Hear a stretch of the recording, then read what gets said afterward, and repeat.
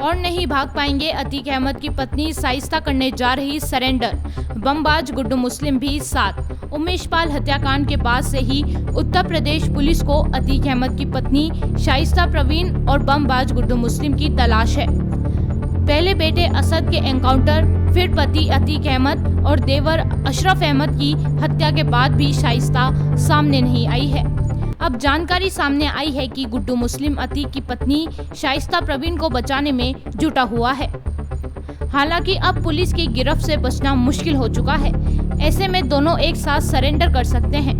बताया जा रहा है कि दोनों दिल्ली या गुजरात में सरेंडर कर सकते हैं। यूपी एसटीएफ की 2 टीमों को दोनों प्रदेशों में भेजा गया है ताकि सरेंडर के तुरंत बाद दोनों को यूपी लाया जा सके। गुड्डू मुस्लिम एक प्रोफेशनल शूटर है और जो अभी जितने भी लोग इस केस में वांछित हैं, उमेश पाल और उसके साथ ही 2 सिक्योरिटी के लिए सिक्योरिटी पर्सन्स लगाए गए थे उनकी हत्या के लिए, उसमें गुड्डू मुस्लिम सबसे खतरनाक अपराधी है और पुराना प्रोफेशनल शूटर रहा है और एक बमबाज भी है। गुड्डू मुस्लिम पुराना पेड या एक तरह से कहेंगे हायर्ड शूटर रहा है और गोरखपुर के एक केस में जिसमें इसके पास से नारकोटिक्स बरामद हुए थे, उसमें इसे सेशन कोर्ट से 10 वर्ष की सज़ा हो गई थी और अतीक ने उसके बाद अपने लॉयर्स के माध्यम से इसकी हाई कोर्ट से जमानत कराई थी। दिल्ली साकेत कोर्ट में फायरिंग। वकील की ड्रेस पहनकर आए पति ने पत्नी पर कर दिया ओपन फायर। दिल्ली के साकेत कोर्ट में दिल दहला देने वाला एक मामला सामने आया है, जिसने कोर्ट की सुरक्षा व्यवस्था पर, पुलिस के इंतजाम पर एक बार फिर से सवाल खड़े कर दिए हैं। न्यू फ्रेंड्स कॉलोनी के एक मामले में गवाही देने आई एक महिला के पति ने वकील की ड्रेस पहनकर आए उसके पति ने कोर्ट के रूम में ही ओपन फायर कर गंभीर रूप से घायल कर दिया। दिल्ली पुलिस के मुताबिक दिल्ली की साकेत कोर्ट में ये महिला एक मामले में पति के खिलाफ ही गवाही देने के लिए आई थी। तभी इनका पहले से इंतजार कर रहे पति ने फायरिंग कर दी। महिला को आनन फानन में अस्पताल लेकर जाया गया। मिली जानकारी के मुताबिक पीड़ित महिला का पति आदतन अपराधी है और दोनों काफी समय से एक दूसरे से अलग रह रहे थे।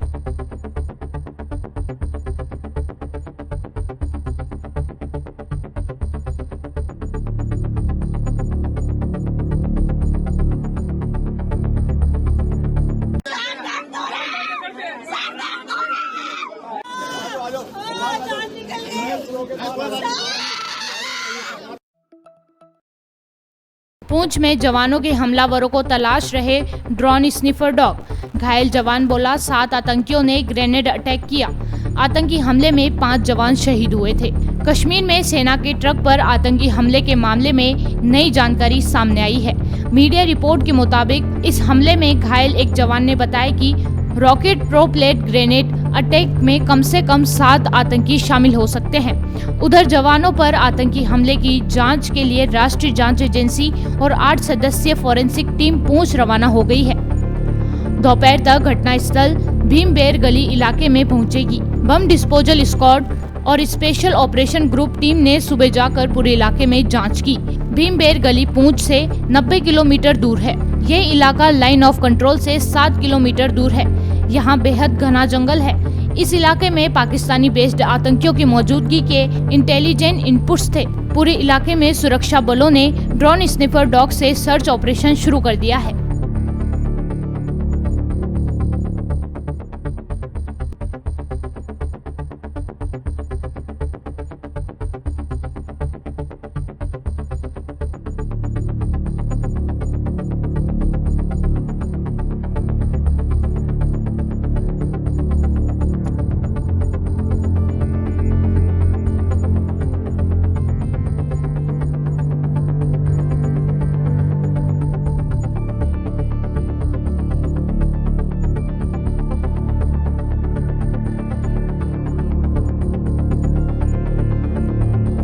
रामचंद्र जी को ये हमेशा बोलते हैं मर्यादा पुरुषोत्तम राम की जय। और मैं ऐसा दुनिया में पैदा ही नहीं। कांग्रेस नेता की भगवान राम पर आपत्तिजनक टिप्पणी। घुमंतु बोर्ड के उपाध्यक्ष बोले, लुगाई को घर से निकाला, कैसे कहेंगे मर्यादा पुरुषोत्तम। राज्य विमुक्त घुमंतु बोर्ड के उपाध्यक्ष व कांग्रेस नेता चतरा राम देशबंधु ने भगवान राम पर आपत्तिजनक टिप्पणी की है। मामला 18 अप्रैल को चित्तौड़गढ़ के कपासन में एक समाज के कार्यक्रम के दौरान का है। उसका वीडियो अब सामने आया है। इस वीडियो में चतरा राम भगवान राम के चरित्र पर सवाल उठाते हुए सुने जा सकते हैं। दरअसल 18 अप्रैल को कपासन के गांव मेवदा कॉलोनी में भातु कंजर समाज की महापंचायत थी। महापंचायत समाज के एक युवक के मर्डर को लेकर बुलाई गई थी। इसमें देशबंधु बतौर मुख्य अतिथि शामिल हुए थे। कार्यक्रम में संबोधन के दौरान उन्होंने भगवान राम के चरित्र पर सवाल खड़े किए। उधर मामला सामने आने के बाद गुरुवार को कपासन के राधे श्याम पुत्र मांगीलाल वैष्णव ने थाने में शिकायत देकर देशबंधु के खिलाफ कार्रवाई की मांग की है। उन्होंने कहा कि राज्य विमुक्त घुमंतु बोर्ड के उपाध्यक्ष के बयानों ने मुझे आहत किया है, जिसके लिए उन पर सख्त कार्रवाई होनी चाहिए। राधेश्याम ने प्रशासन को चेतावनी भी दी कि अगर शुक्रवार तक मामला दर्ज नहीं होता है तो वह हिंदू संगठन के साथ प्रदर्शन करेंगे। अपने 14 साल बनमस के साथ उसको घर से निकाल दिया गया। ये चतरा राम बातें आपके सामने निकले मार के टांग दे तो मेरी वीडियो नहीं निकालोगे। कायदे की बात, रॉन्ग नंबर है तो लड़ना पड़ेगा, पीछे बनना पड़ेगा। इस मामले में कपासन के एक शख्स राधेश्याम ने जिनसे करण बेदी जो अमर्यादित से अमर्यादित शब्द हैं, ऐसे आरोप सुनने को मिलते हैं, उनसे मन भला मिलेगा भी तो कैसे। और दूध बताओ आप लोग सब, दूध और नींबू का रस मिल सकता है।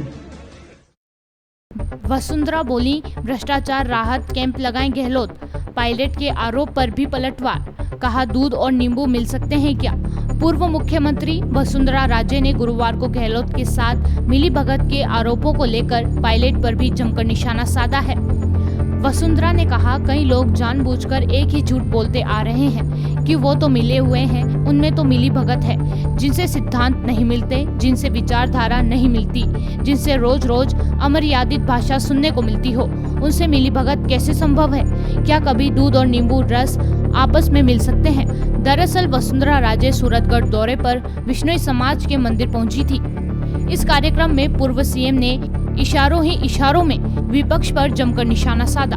वसुंधरा ने कहा, विश्नोई समाज के 20वें नियम में है अहंकार का त्याग, जो न छोटों से सद्व्यवहार करे और न ही बड़ों का सम्मान करे। हमारी पार्टी में ऐसा कोई नहीं है। राज्य ने गहलोत सरकार पर महंगाई राहत कैंप पर भी तंज कसा। उन्होंने कहा, विश्नोई समाज का 10वां नियम है क्षमा, पर जो क्षमा करने योग्य ना हो उसे क्षमा नहीं करना चाहिए। 12वां नियम है चोरी नहीं करना। भ्रष्टाचार एक किस्म की चोरी ही है। जहां बिना पैसे काम नहीं होते, वहां महंगाई कैसे कम होगी। लगाना ही है तो भ्रष्टाचार राहत कैंप लगाएं। महंगाई अपने आप कम हो जाएगी। संपूर्ण समाज का जो भला कर सके ऐसे लोगों का ही साथ दो, ताकि हम आपकी फिर से सेवा कर सकें। चोरी, लूट, डकैती, सांप्रदायिक दंगे, पेपर लीक,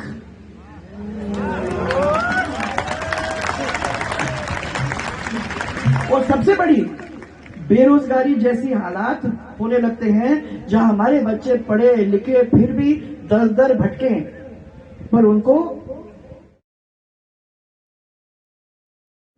दुनिया बोली, भारत का वक्त आया। सिविल सर्विस डे पर बोले पीएम मोदी, ब्यूरोक्रेसी मजबूत होनी चाहिए। देश में आज सिविल सर्विस डे मनाया जा रहा है।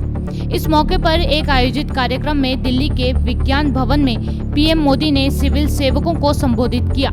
सिविल सेवकों को संबोधित करते हुए पीएम मोदी ने कहा, देश में आजादी के अमृतकाल का दिन चल रहा है। मैं ही नहीं, पूरी दुनिया कह रही है कि भारत का वक्त आया है। हम ऐसे वक्त में ब्यूरोक्रेसी को मजबूत करना चाहते हैं। पीएम मोदी ने कहा, इस साल का सिविल सर्विस डे बहुत ज्यादा महत्वपूर्ण है। यह ऐसा समय है जब देश ने अपनी आजादी के 75 वर्ष पूरे किए हैं। ये ऐसा समय है जब देश ने अगले 25 वर्षों के विराट विशाल लक्ष्यों को प्राप्त करने के लिए तेजी से कदम बढ़ाना शुरू किया है। मैंने लाल किले से देश के सामने पंच प्राणों का आह्वान किया है। विकसित भारत के निर्माण का विराट लक्ष्य हो, गुलामी की हर सोच से मुक्ति हो, भारत की विरासत पर गर्व की भावना हो, देश की एकता एकजुटता को निरंतर सशक्त करना हो और अपने कर्तव्यों को सर्वोपरि रखना हो। इन पंच प्राणों की प्रेरणा से जो ऊर्जा निकलेगी वो हमारे देश को वो ऊंचाई देगी जिसका वो हमेशा हकदार रहा है।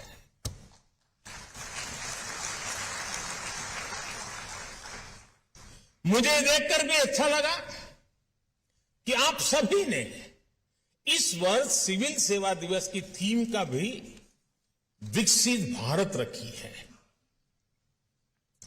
विकसित भारत के निर्माण के पीछे क्या सोच है, ये उस पुस्तक में भी झलकता है जिसका अभी विमोचन हुआ है। विकसित भारत सिर्फ आधुनिक इंफ्रास्ट्रक्चर या आधुनिक निर्माण तक सीमित नहीं है। बीजेपी हमें तोड़ देगी। कर्नाटक चुनाव से पहले खड़गे बोले कांग्रेस को 150 सीटें जीतनी होंगी। कर्नाटक में विधानसभा चुनाव अपने चरम पर है। राजनीतिक दलों में गहमागहमी जारी है। राज्य में प्रचार अभियान भी तेजी पर है। इस बीच एक इंटरव्यू में कांग्रेस के राष्ट्रीय अध्यक्ष मल्लिकार्जुन खड़गे ने अहम जानकारी दी है। उन्होंने कहा है कि कांग्रेस को हर हाल में 150 सीटें जीतनी होंगी, नहीं तो बीजेपी हमें तोड़ देगी। साथ ही ये भी कहा जा रहा है कि विधानसभा चुनाव में कांग्रेस के पास स्थानीय कार्ड खेलने का विकल्प था, क्योंकि पार्टी के राष्ट्रीय अध्यक्ष उसी राज्य से हैं। इससे पहले गुजरात चुनाव में बीजेपी ने पीएम नरेंद्र मोदी और अमित शाह के स्थानीय जुड़ाव का इस्तेमाल किया था। जेपी नड्डा बोले कांग्रेस ने आजादी से आज तक समाज को बांटने का काम किया। बांटते बांटते वे खुद भी बंट गए। कर्नाटक में प्रमुख मतदाताओं और सामाजिक प्रभावितों के साथ बातचीत करते हुए भाजपा के राष्ट्रीय अध्यक्ष जेपी नड्डा ने विपक्ष पर हमला करते हुए कहा, जब हम चुनाव की बात करते हैं तो एक तरफ कांग्रेस पार्टी है और एक तरफ भारतीय जनता पार्टी। आजादी से लेकर आज तक कांग्रेस ने समाज को बांटने का ही काम किया है।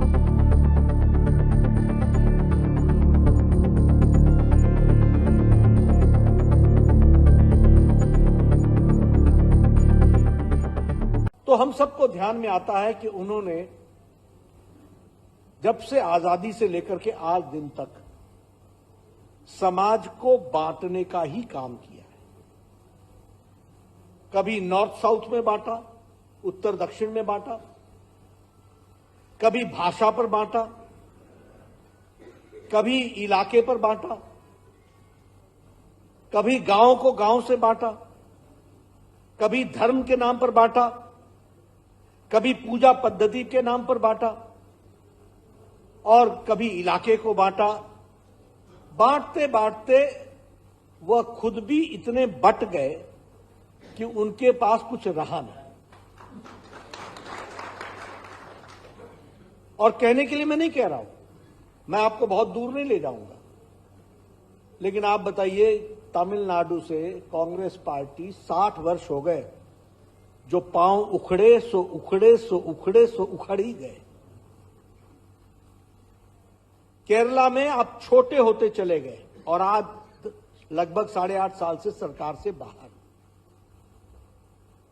आपने तेलंगाना और आंध्र बनाया, न तेलंगाना में रहे न आंध्र में रहे, तो आप बांटते बांटते खुद बट गए। समाज को बांटा आपने, प्रदेश को बांटा, इलाकों को बांटा, भाइयों को बांटा। पायलट आत्महत्या करने वाले युवक के परिवार से मिले, नामजद लोगों पर कार्रवाई की मांग की। राजस्थान के पूर्व डिप्टी सीएम सचिन पायलट गुरुवार को 17 अप्रैल की सुबह आत्महत्या करने वाले रामप्रसाद मीणा के घर पहुंचे और एफआईआर में नामजद लोगों के खिलाफ कार्रवाई की मांग की है। राज्य के मंत्री महेश जोशी, मुंजी टांग, देवा अवस्थी, लालचंद देवनानी, गिरधारी जी मंदिर के देवेंद्र शर्मा, ललित शर्मा और अन्य के खिलाफ आत्महत्या के लिए उकसाने के मामले में प्राथमिकता दर्ज की गई है, क्योंकि रामप्रसाद ने अपने आखिरी वीडियो में इन लोगों को अपनी मौत के लिए जिम्मेदार ठहराया था।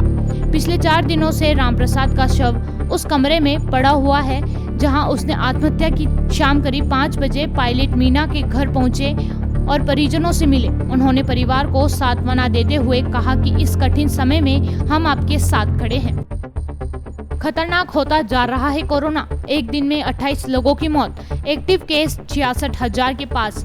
देश में हर बीतते दिन के साथ कोविड के मामले बढ़ते ही जा रहे हैं। बीते कुछ दिनों में देश भर में कोविड के कुल मामलों की संख्या 10,000 से अधिक रिपोर्ट की जा रही है, जिसने लोगों को इस चिंता में डाल दिया है कि क्या कोविड की अगली लहर आने वाली है। केंद्रीय स्वास्थ्य मंत्रालय के मुताबिक जारी किए गए कोविड के नए आंकड़ों के अनुसार देश भर में कोविड के कुल 11,692 नए मामले रिकॉर्ड किए गए हैं।